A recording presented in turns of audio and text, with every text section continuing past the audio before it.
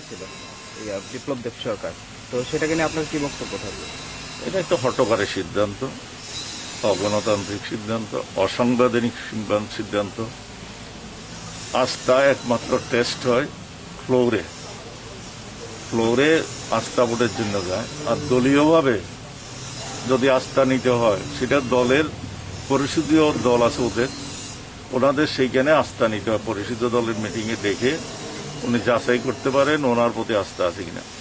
আস্তাবল মাঠে যে উনি আস্থার কথা বলেছেন, ত্রিপুরা রাজ্যের মানুষ এখানে 37 লক্ষের উপরে মানুষ।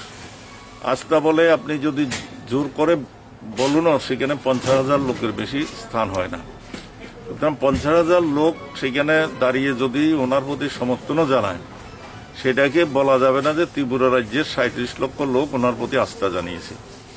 আর এটা তো আস্থা অনাস্থা ওনার দলের আভ্যন্তরীণ ব্যাপার। আভ্যন্তরীণ কোন দলটা প্রায় ভেঙে গেছে, এই দল মানুষের সমর্থন হারিয়েছে, হতাশায় ভুগছে। আজকে এমন একটা বুঝছে, আমরা বারবারই বলছি সরকাররা যে কোনো সময় পড়ে যাবে। আজকে সেটার মান্যতা দিয়েছেন স্বয়ং মাননীয় মুখ্যমন্ত্রী।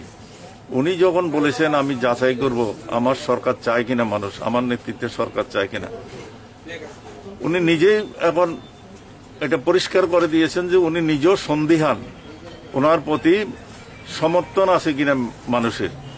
সেই জন্য বলছি সেটার যাচাই করতে গেলে উনি যদি মনে করেন যে মানুষের সমর্থন আছে কিনা, সেটা একমাত্র যাচাই হবে ওনার মন্ত্রিসভা পদত্যাগ করে এখনই নির্বাচনে যাব।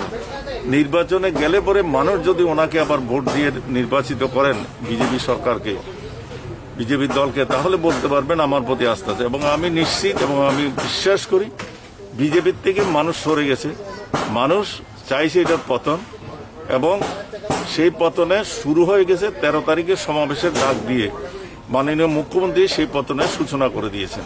সুতরাং এটা সময়ের অপেক্ষা। আর যেটা উনি করেছেন সেটা তো আমি বলছি সেটা কোনো হাস্যস্কর হয়ে গেছে সবার কাছে।